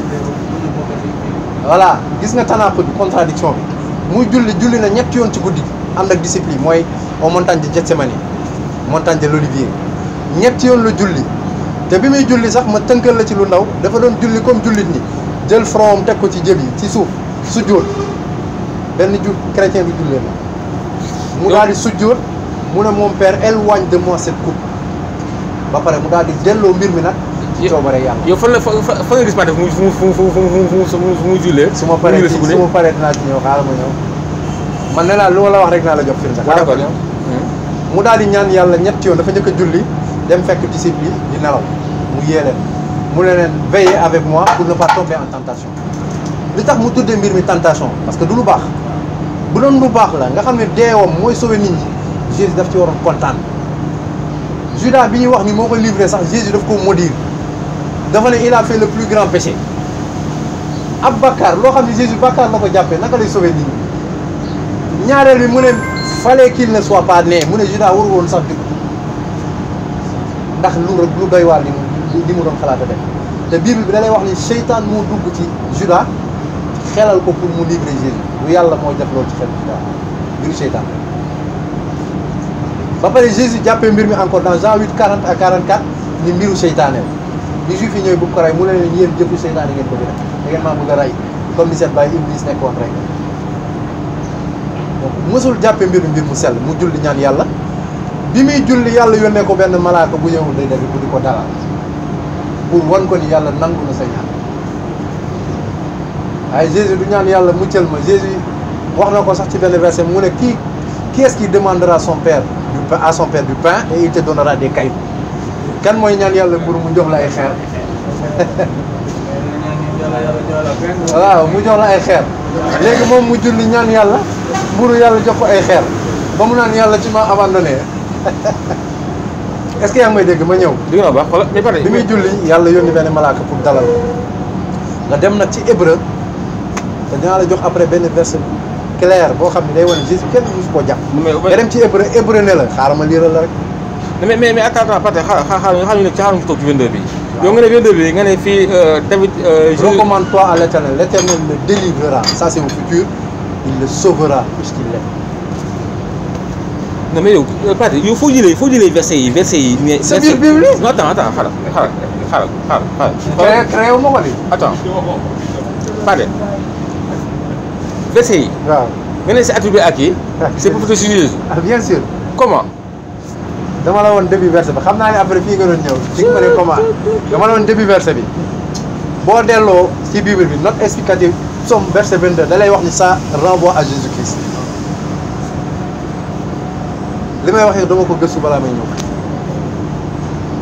Jésus kenn mësu ko rey ni ko alquran waxee loolu moo am wa ma qataluhu wa ma salabuhu walakin shubbiha lahum yàlla mu ne on l'a pas tué ni crucifié mu ne moom moo ko élevé il l'a sauvé des mains de ces diables juifs là ça serait ignoble Jésus-Christ ñëw def mission bu noble ay nit jàpp ko rey te bi ñu koy rey sax selon ñoom dañ ko futti ba mu set te ñi nga xam dañoo gëm ni yàlla la d'accord attends ku mel ni moom ci la bokk Pathé attends su fekkee évangéliste la mooy yàlla la ñu fàdd dóor ko ay kurpañ fële ci croix bi ba mu dee d'accord Pathé waaw attends man j'ai Luc a ngi nii Luc waaw Luc non dégg nga Matthieu au chapitre 20 waaw d'accord boo jëlee à partir du verset 17 waaw ah ça c'est Jésus qui parle de sa bouche d'accord on te dit ici d'accord dama d'accord ni Jésus la de attends voilà d'accord non Pathé soo paree ma wax Pathé de tout xoolal xam nga lu xam xoolal ak ñun yéen musulman xam nga bàyyil musulman yi yow Pathé ngay waxal tey bàyyil musulman yi Pathé d'accord xam nga lu sa problème yow ah fu mu toll nii xam nga yow lay wax xam nga lu sa problème yéen vous prenez la Bible yéen vous pensez que vous connaissez mieux la Bible que ñi nga xam ne ñun moom lañ jàng. waaw léegi bu dee ñun dañoo def le contraire yow yaa ñu war a édifier wala ñun da ngeen attends mais bu la xoolee man tey gis nga boo waxee dara ci alxuraan tu ne comprends pas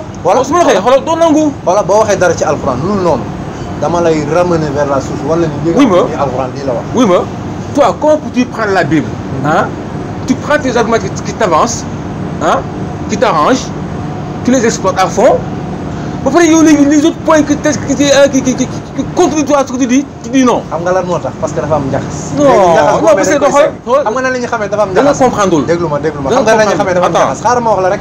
devant le je prends un témoin. devant le public qui est là que dafa am njaxas. ba attends te man dama la koy prouver dara nànk rek déglu ma déglu ma bañ nga sori dama la bëgg a wan ni sans tuuti allégation mais xaaral parce que léegi juste n'a pas été crucifié il n'est pas mort moi je trouve match ngi nii match 20 ngi nii mu ñu ne fii boo jëlee à partir du verset 17 on te dit ici pendant que Jésus montait à Jérusalem il prit à part les 12 disciples et il leur dit en chemin écoute-moi bien ça c'est Jésus qui parle il te dit voici nous montons à Jérusalem et le Fils de l'homme sera livré aux principaux sacrificateurs et aux scribes ils le condamneront à mort ça c'est une qu'est-ce qui prophétise ici d'accord léegi c'est pas inventé mën naa tontu attends et ils le livreront aux païens pour qu'ils se moquent de lui le bac mooy Ésaïe 53 bi ngeen attends du ma ko fàtte parce que lii day firndeel ne xoolal que son visage a été défiguré il ne présentait aucune attirance gars yi mënuñu ko xool loolu lay signifie fii on dit ici après ils le livreront aux païens pour qu'ils se moquent de lui le battent aux verges le battent de verge et le sacrifie et le crucifie et le troisième jour il ressuscitera xoolal gis nga lii Pathé ngeen bañ ko ngeen nangu xoolal lii mooy suñu fondement ñun chrétiens yi. léegi mën naa la delloo ci Bible Bible Jésus. Non, non. Jérusalem. mais c'est lui qui parle ici. waaw d'accord man dama lay dellu ci yeneen verset. D'accord. dama la ko wax ne dafa am ay njaxas. Non, xam nga li may wax foog nga déglu ma. ñi bind Bible bi dafa dañoo am ay pas-pas déglu rek. déglu ma waa doo ma déglu. non Pathé non xoolal may wax nga ma déglu la bàyyi ma wax yow tamit. Pathé attends xoolal xam nga laa bëgg.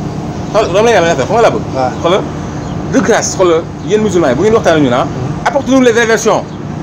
waaw léegi dama bàyyi ma wax léegi. non xoolal bu leen jël ci Bible lu nga xam ne dafay arrangé alors que vous prenez la même Bible là ngeen ñu ko tuddee non soit non soo defee naa xoolal soit da ngeen gëm entièrement la Bible gëmu leen ko ngeen ñu gëmu leen ko ngeen indi ñu version yu baax yi ngeen xam ne yooyu ngeen gëm mais du ngeen jël li nga xam ne ay yoo xam ne yooyu ngeen yaakaar ne moom lim ñi da leen di contredire moom lay def man dama ko yokk verset mu bañ verset yi. non bañ ma ko dem di wëri yeneen lu wax jëlul yooyu. yéen seen ni non c'est pour la ne bu loolu la nga wax ne yéen li nga xam ne wérul taxawul waaw mais wérul parce que lii nii li ma wax nii li may jël bu arrangé ma ci seen biir. parce que nee na Jésus deewul alors que Jésus fii nee na fii day dem Jérusalem dañ koy crucifié te bu dee troisième jour il va ressusciter. léegi il dit que le Coran dit que non il n'y a pas ça n'a jamais existé. léegi dama ne man Bible ci boppam laa la waxaguma sa Coran léegi da nga may bàyyi ma expliquer. Jésus bi mu demee Jérusalem lan la wax juif yi mu ne un peuple pervers comme vous on ne vous donnera aucun miracle à part le miracle de Jonas wax am na wala amul. am na si. mu ne de même. non pas bu mu demee Jérusalem ça. fan la woon. pas bu mu demee Jérusalem. fan la woon. bon xam nga exactement mais pas bu mu demee Jérusalem mais pas bu mu demee Jérusalem non ça il a dit. amul solo amul solo non ça il a dit. mais pas bu mu demee léegi lan la wax juif yi amul solo lan la wax juif yi. waaw mu ne leen de même que Jonas. waaw et 3 jours. waaw. et 3 nuits dans le ventre du poisson. waaw. de même le fils de l'homme fera 3 jours. et 3 nuits dans le ventre de la terre. la terre. léegi defal nank déglu Jésus-Christ il parlait en parabole. xaaral ma ñëw Jésus la parole de parabole. Jonas dama lay laaj. Jésus la parole de parabole ici. déglu parabole ouverte comme ça. mais déglu ma Jésus dafa melal li ko nar a dal. melalee ko li dal Jonas. Jonas bi mu nekk ci biiru jën bi dafa deewal doon dund. Jonas mooy dafa dund. deewul. Jésus dafa dee ci croix bi wala deewul. mais yow ku ñu crucifié doo dee.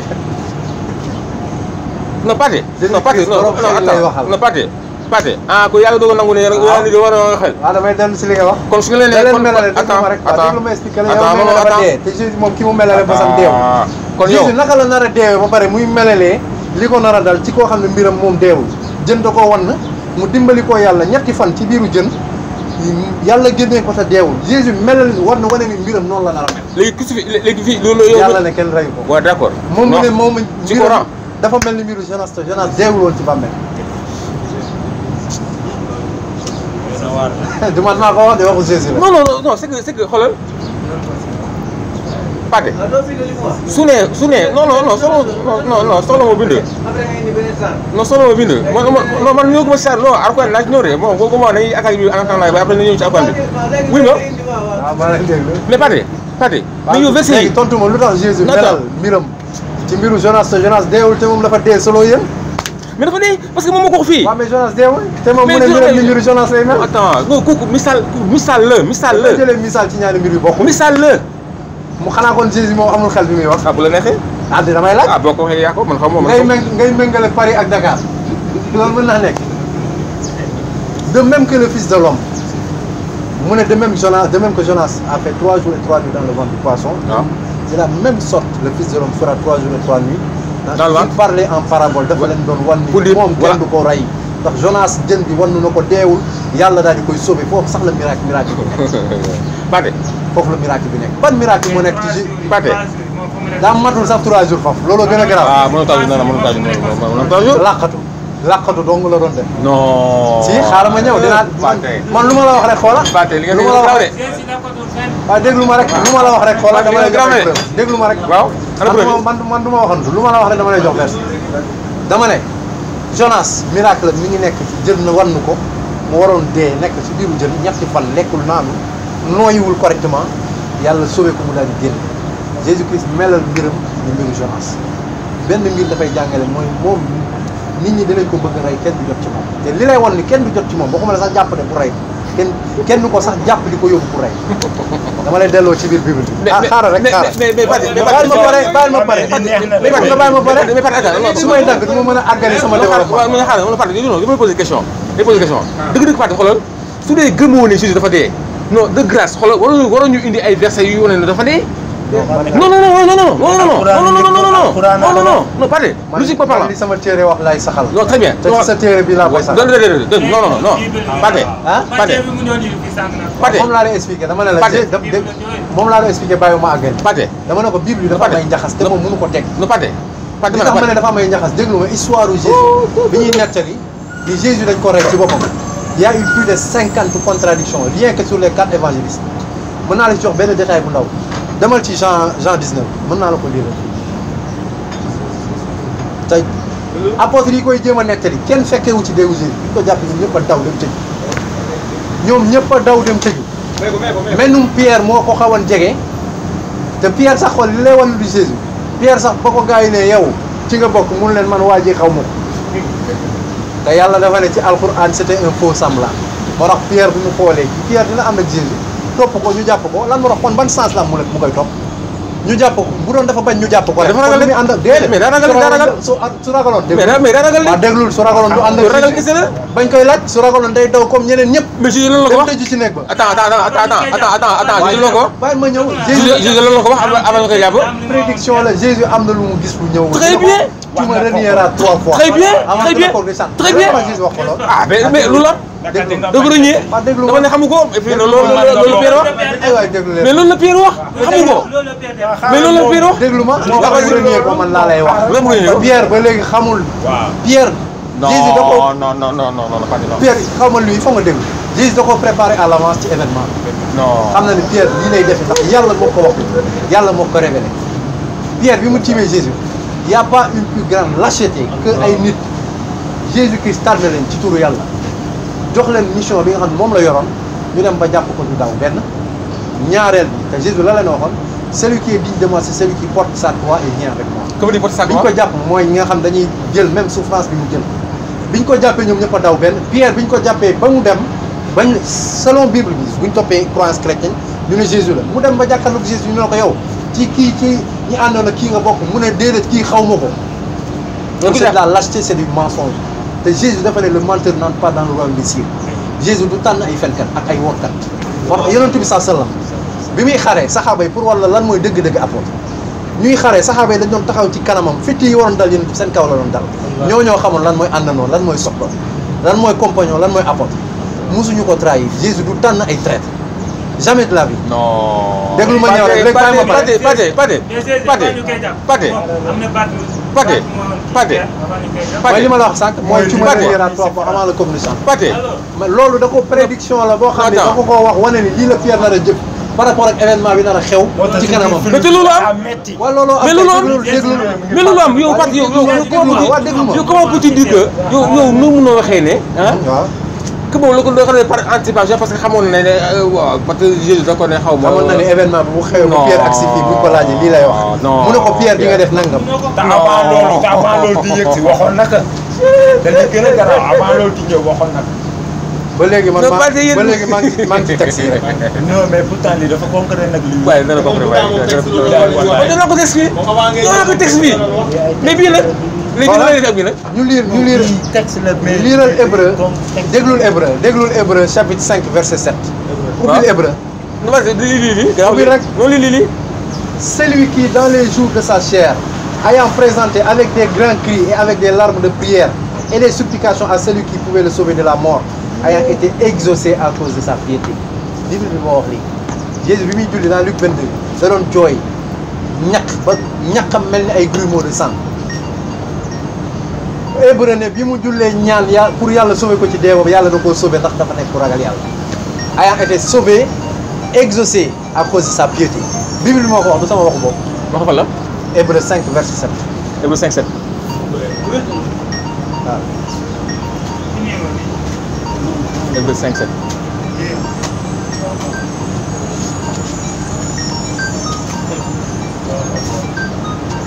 Jésus kenn rayu yàlla dina seetaan ñuy toroxal Jésus di ko wekk ci ay bant. te Deutéronome ne képp koo xam dañ laa rey wekkale ci bant tu es maudit moo tax sax ñu teel a wàccee koolu ki nekkoon ci kii parce que dañ ne bu ñu rayee nit pendre ko warul def 3 jours ci kii bi parce que il deviendra une malédiction Paul ne Jésus s'est fait malédiction pour nous moom nangu na ni Jésus est une malédiction dans Galates 3:13. Pardon, franchement, vous avez une compréhension erronée de la Bible. Il faut me corriger, c'est ça? Non, mais ni expliquer, tu ne peux pas comprendre. Non. Voilà, dans sa vie terrestre, Jésus adressa des prières et des supplications, accompagnées de grands cris et de larmes à Dieu qui pouvait le sauver de la mort. Et Dieu l'exauça à cause de sa soumission. Allahu Akbar. Hébreux 5:7. dama laa lire ñaari version yëpp. di leerul. Non, attends. Man duma Yàlla nee na wa ma qataluhu wa ma salabuhu. D'accord. Walakin shubbiha lahum. Kenn rayu kenn crucifié ko. Jésus dafa dox ci maayanu juif yi. Jésus dafa dox ci maayanu juif yi bi ko juif yi di pexeel yàlla pexeel juif yi wan leen ni ñoom seen pexe du sotti yàlla du seetaan ñu koy rey. naa ko kii de si ay jamono. yàlla du seetaan ñuy rey Jésus Christ. te ñoom li ñu gëm. Une question. te ñoom li ñu gëm dañoo gëm. Une question. Une question. Man, je vais poser une question. Parmi les prophètes, quand Jésus-Christ, est-ce qu'il y a un prophète qui est Bien sûr. Bien sûr. Sauf qu'à la différence de Jésus-Christ. Où est la différence? Jean-Baptiste, xam nga dañ ko rey. Voilà. Mais Jean-Baptiste, est-ce que dafa ñëwoon pour ñu rey ko? Déedéet. Jésus-Christ musul ñëw mission musul nekk ñëw pour rey ñu rey ko musul nekk loolu amul benn prophète de l'Ancien Testament boo mu mën a génneel bu prédire Jésus-Christ nar a ñëw ni dañ ko war a rey loolu mooy mission loolu ma ne la c'est un défi que je lance au monde chrétien ça n'existe pas. Pate, encore une fois de plus, vous avez une compréhension erronée. D'accord, mais il faut me corriger. Non, parce que même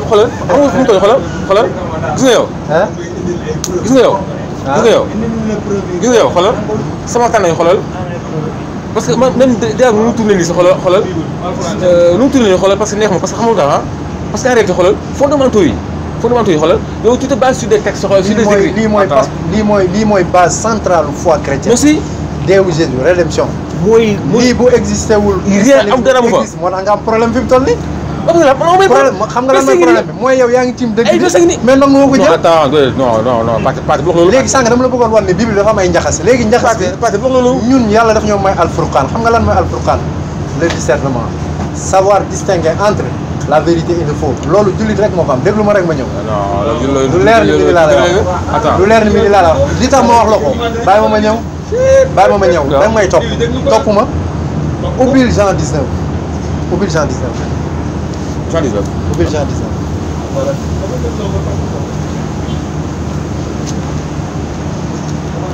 non mais non pare dëgg ubbil Jean 19 rek ah Jean 19 waay verset waaw moom di ko fi ñu wéral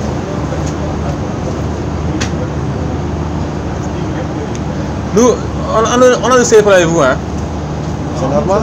on a laissé parler xam nga fan lay am ci ay nit yeneen bi li waxuma da nga orgueil yeneen bi sax dafa ne orgueil non mooy xeeb nit non du xeeb non du xeeb dëgg bu ñu la ko présenté koo mënti doon da nga war a nangu bu dee dëgg moo la yitteel man am problème boobu bu dee chercheur de vérité nga wala boog nga nangu ni sa téere daa am ay njaxas parce que lii wax la ne nga bëgg a jàpp ci la bëgg a bàyyi bi te bii leer loolu c'est loolu il faut qu'on se dise la vérité non te léegi li lay wan ni question sa bañ njaxas yàlla li mu wax xoola Auguste déglu li yàlla dama lay liiral benn verset coranique ma ñëw fii pour nga comprendre li may wax. ñëw ci Jean déglu rek ñëw ci Jean. waaw damay lire lii après ma ñëw ci Jean téyel ma Jean foofu yàlla mu ne ci alxuraan nous les avons maudits qui les juifs à cause de leur rupture de l'engagement bi yàlla jëloon ak ñoom mooy bu ñu rey benn yonent dañu jaamu yàlla kese bu ñu nangulee yàlla looloo rey yonentu yàlla Auguste yaa ngi may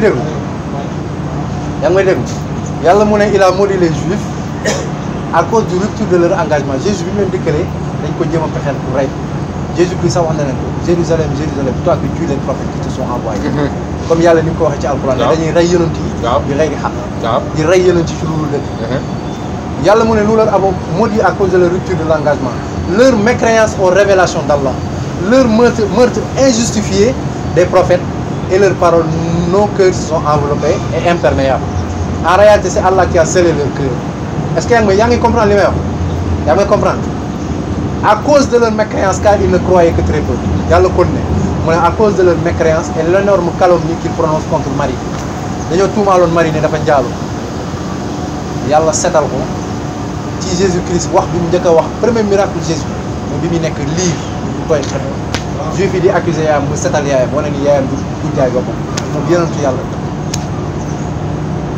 à cause de l'énorme calomnie qu'ils prononcent contre Marie et à cause de leurs paroles nous avons vraiment tué Jésus le Christ Jésus fils de Marie le messager d'Allah yàlla déglu li mu wax mu ne or ils ne l'ont ni tué ni crucifié mais ce n'était qu'un faux semblant déglul li ci topp ak am solo déglul et ceux qui ont discuté sur son sujet mu ne ñiy wax ci mbiru deewu Jésus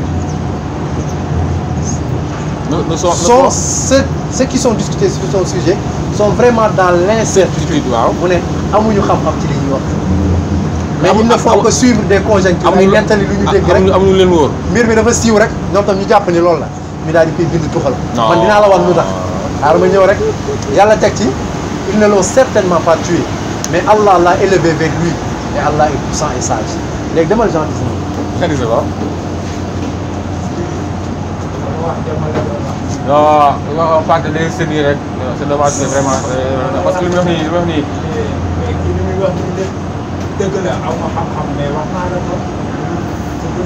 liiral ma verset 14. verset 14 on dit. déglu leen bu baax pour wan leen ni ay njaxas la ñu ko bind. ay njaxas li ñuy wax mënuñu ko comprendre. C'était la préparation de la Pâque et environ la 6e heure. Pilate dit aux Juifs, hein, voici votre roi. Environ la 6e heure. Donc à la 6e heure, Jésus était encore chez Pilate.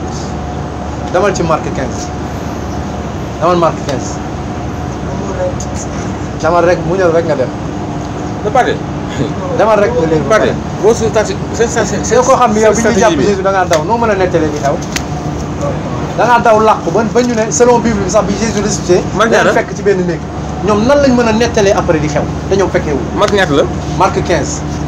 Marc 15 wala verset. verset 24 à 25. déglul bu baax fële 6e heure la ñu wax. déglul waxal liiral. Ils le crucifièrent hein, et se partageaient ses vêtements en tirant au sort pour savoir ce que chacun aura. C'était la 3e heure. C'était la 3e heure. Quand ils le crucifièrent. Déglul. C'était la 3e heure quand ils le crucifièrent. C'est-à-dire Marc nee na 3 heures avant par rapport à Jean Jésus crucifié nañ ko ba pare. Jean nee na la à la 6e heure 3 heures de temps après Marc bi mu waxee ne rey nañ Jésus ba pare Jésus mi ngi woon ci Pilate kan mooy wax dëgg ci ñoom. moo tax yàlla ne ceux qui discutent à son sujet sont dans l'incertitude xamuñu li ñuy wax. te mën naa la téyel fii plus de 30 contradictions ci événement wu bi ñuy jàpp Jésus. biñ koy crucifié ak biñ koy rey ak li xew après dara dëppoo ci kii day wax jaar nii kii wax jaar nii kii wax jaar nii te ñoom ñëpp nee nañ ils sont inspirés du Saint-Esprit maanaam mooy yàlla mooy wax ay caaxaan day wax kii lii wax kii lële wax kii lële xamuñu ban waxtu sax la ñu rey Jésus xamuñu te ñoom nee nañ ñoom ñooy jottali kàddu yàlla ñeneen ñi am fekkee moo tax yàlla wax ci alxuraan mais ceux qui discutent sur son sujet sont dans l'incertitude ils n'en ont aucune connaissance certaine léegi man dama lay dóor benn verset boo xam ni déglu ma rek ma d'accord ma jox la benn verset boo xam ne da lay wan ni Jésus kenn jàpp d'accord mais loolu ci verset moom Marc leen mooy dox nee naa la ay njaxas la da ngay il faut savoir distinguer entre la vérité et le faux. le vrai du faux. d'accord boo gisee ma delloo la ci anciens prophètes yi les anciens prophètes ont bien parlé de Jésus-Christ il ne sera jamais crucifié moo tax ma delloo la ci ancien testament de Moïse d'Abraham sax laa lay wax ci la ñu yàlla njëkk a wane ni soxlawul deret nit nga dem ci David wan la ni Jésus il sera sauvé il sera pas tué dans le Nouveau Testament mu confirmé ko ni Jésus a prié et Dieu a accepté sa prière il a été sauvé de la mort mais ces versets là ne s'enseignent pas à l'église kenn du la ko jàng l'église yi lay wax yëpp mooy foo xam ne dañuy wane ni Jésus dañ koo rey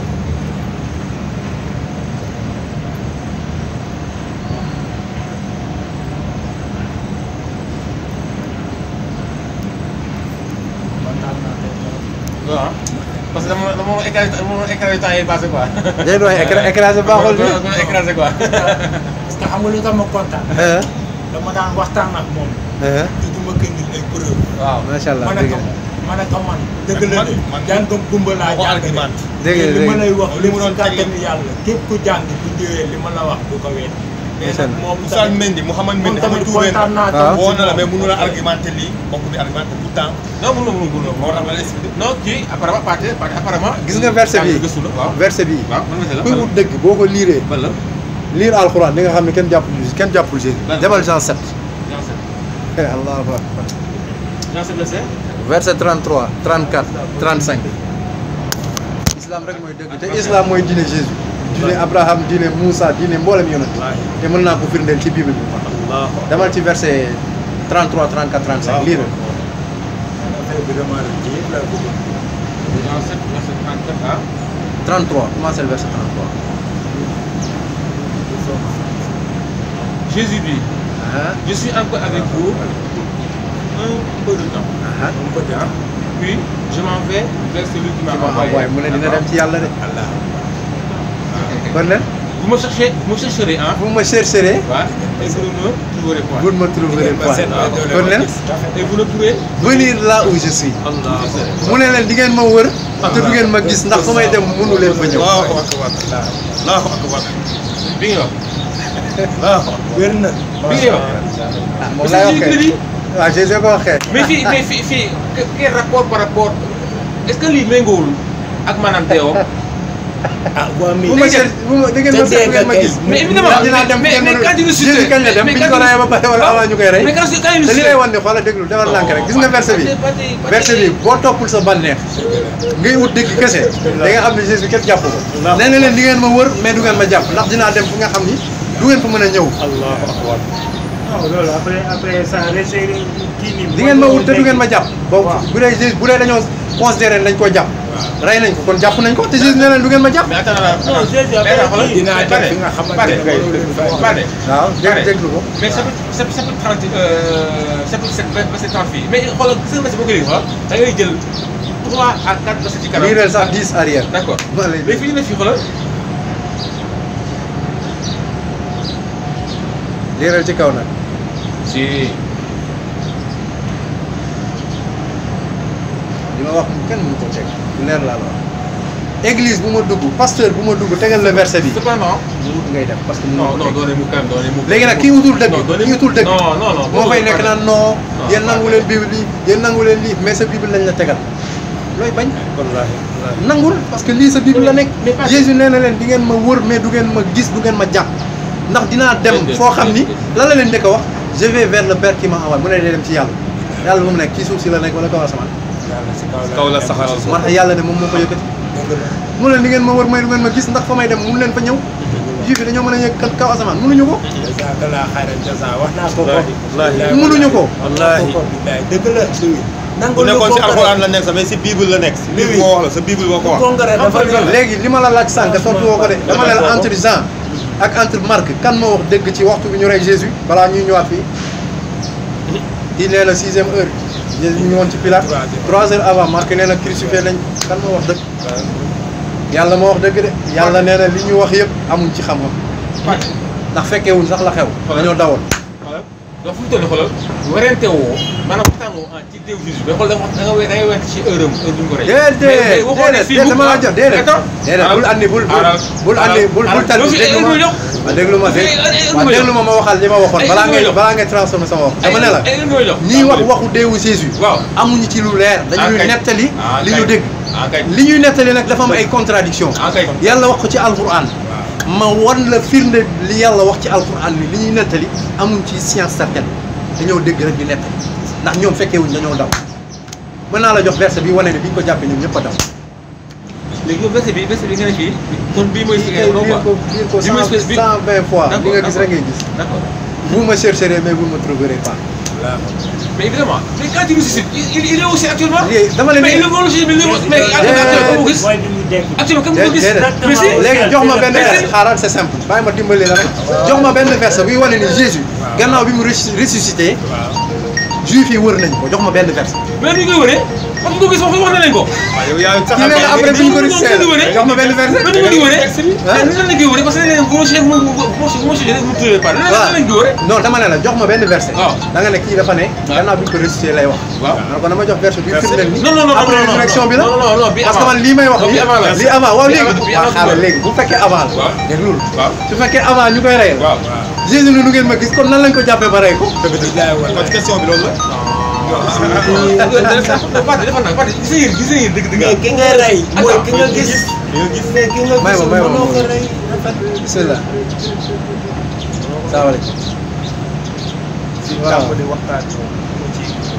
waaye dama nekk Tëngéej nii baal ma de maa ngi jéggal. Ousseynou la tudd ah Ousseynou. boo demee ci masjid bi da ngay laaj ci Ousseynou rek moom mooy toog foofu di ataaya. aywa bàyyi ba timis nag boo julee timis di nga ko gis mu toog fi ñu ataaya na. aywa barakallah salaamaaleykum. Voilà, fait. Donc ça peut verset 30, on te dit ici, hein. Il cherchait donc à se saisir de lui, hein. dégg nga. Et personne ne mit la main sur lui, hein. Allah. Attends. Parce que son heure. Parce que heure bu ñu ko war a jàpp pour rey ko pour mu jóg ci kaw. waaw mais d'accord ñëwagul. léegi d'accord waaw d'accord léegi dama ne. ñëwagul heure bi ñëwagul. déglu da ngay boo waxal ndànk heure bi ñëwagul da ngay coder lecture bi pour comprendre contexte heure lan lay wax. heure demam lay wax waxul heure lay waxul loolu de. l'heure de sa mort. lire ko foofu lire heure de sa mort foofu. Plusieurs parmi la foule crurent en lui et il disait. Le Christ quand il viendra fera-t-il plus de miracles. verset 30 laa la wax. bi nga doon lire léegi liiraat ko. Attends mais fii waxuñu fa heure. xoolal. yow daal yaa ngi wax heure de mort. attends ma ne la du heure de mort. heure de mort la. waaw mais lire heure de mort foofu.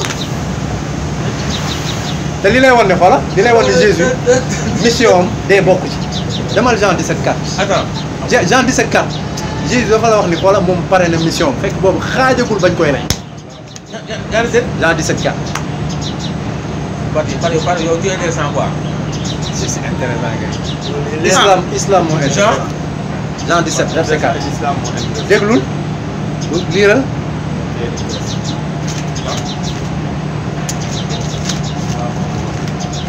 Jean 17 verset 4. Non verset. Attends balaa may ji. Jean 17.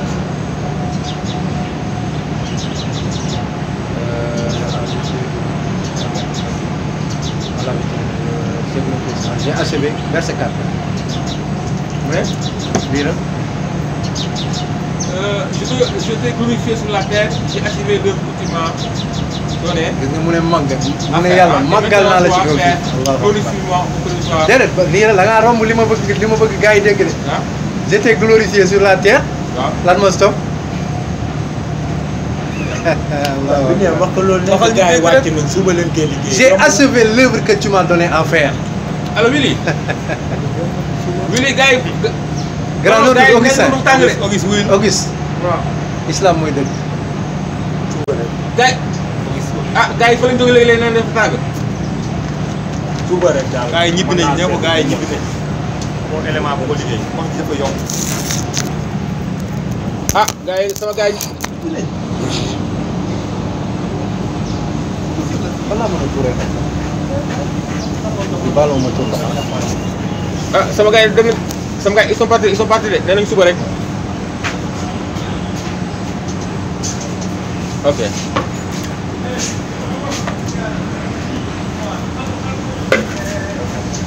ñibbi leen. baa leen ñibbi ak fa sama portable bi dafa bëgg a doxaloo nii. soit bi ne ko monté ko. incha allah. ok dana ñëw de man dinaa jot Isma bu ma ko jotul sax dinaa jot papa dinaa ko wax. bu subaa day yàgg mais luy bu subaa bu mu teelee rek ñu dem wala. waaw bu ngeen di wax bu ngeen wax bu ngeen demoon ci biir la. waaw bu ci biir la xam nga demoon dama. mais du mën a përi suuf. ñoom. li pas dinañ mën a taal mën a taalal suuf. mën naa ko. déedéet loolu bi rek lañ koy dund. fekk ñoom par exemple parce que affaire bi dañ koy def comme ni ñu ko defoon dañuy prési waat def suude waat ba pare dóoraat. mais fan ci suuf wala ci kaw la ci biir. gis nga boo yëgee si kaw mooy porte bu mag bi ñu branché affaire bi nii mooy si kaw. tu vois. voilà mooy kii bu mag bi nga xamante ne. suuf la ñu commencé. waaw si suuf la ñu commencé di ko si kaw waaw. mooy foofu ñu daan jaaree. des fois dañuy tegee balance. alors dënd mooy manqué bu roo bu ngand bi. xam nga il faut nga tëj fi pour mën a lal ay kii. mais est-ce que la foofu tànk ñu mën a wax tànk la. wallaay duñ la. ah tànk yi. daa tànk billaay wallaay. man kay maa dugg teg sama loxo. suba daal di tànk.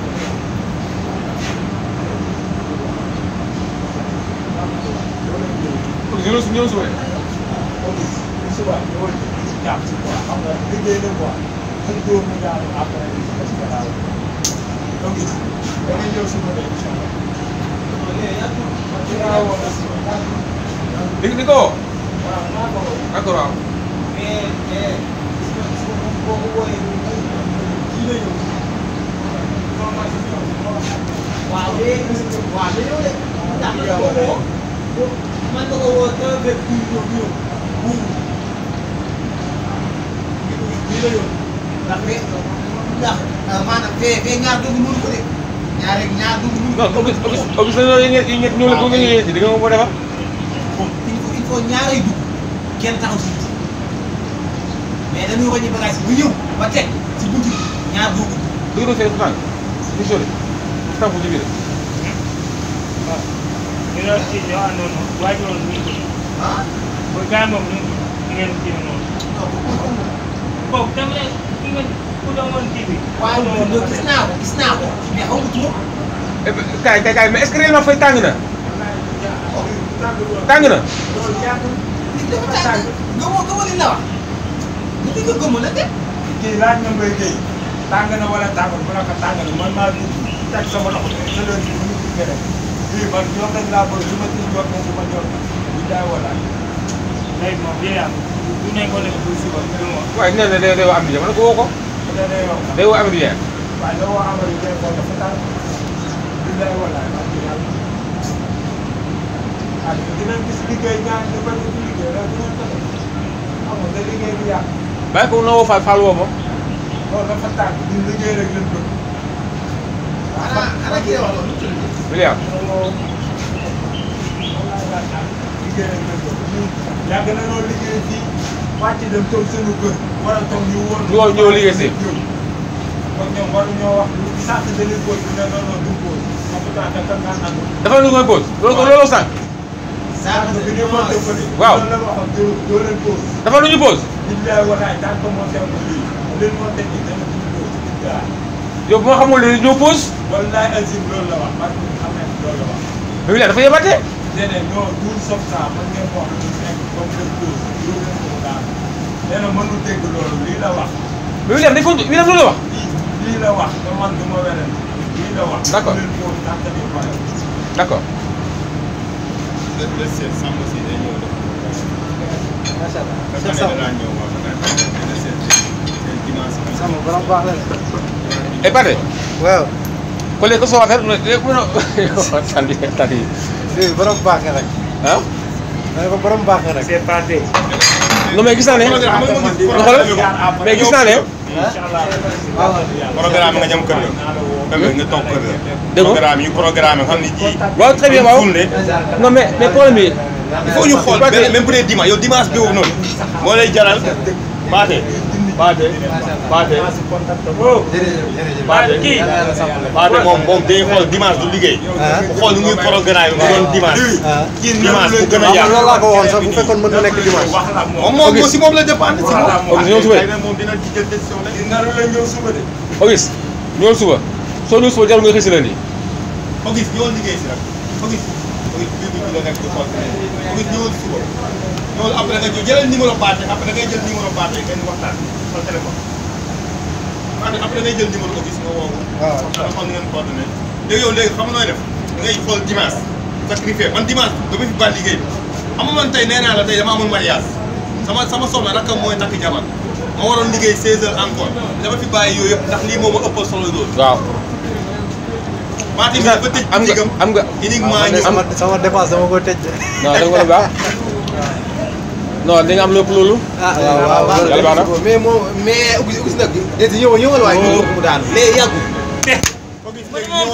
Auguste ñëwal la toutes les façons xam naa instant yi moom léegi yow yow Pathé ngi nii man fene non Pathé baal ma jottali ma yooyu. Pathé mais merci beaucoup pour le déplacement parce que bon mais nag wax dëgg yàlla xoolal man j'aime la vérité ah. man quand je dis la vérité xoolal je ne dis pas non mais xoolal su ma wane li nga xam ne dëgg la en toute sincérité xoolal du ma bañ. léegi lan mooy sa blocage. parce que li nga expliqué nii xoolal li nga expliqué nii xoolal. moi je parle d'accord parce que pour man. ok merci waay. jox ma sa numéro. Mon numéro 77.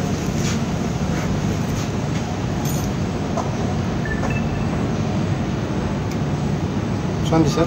599 77 44. Auguste ah. Oui. Saint-Auguste. da ngay def Sococim nga bañ a fàtte Auguste Sococim boo defee Sococim da ngay def Sococim Auguste ah Sococim Auguste ngay dem nga bañ a fàtte. su dee woo njëkkee woon Sococim bi. non gannaaw du ma ko fa boo defee Sococim rek day ñëw. voilà kon c'est bon waaw boo defee Sococim day ñëw voilà. mais moom Auguste. non damay waajal damay ànd ak mbokk mi xëy na xam këram. waaw d'accord waaw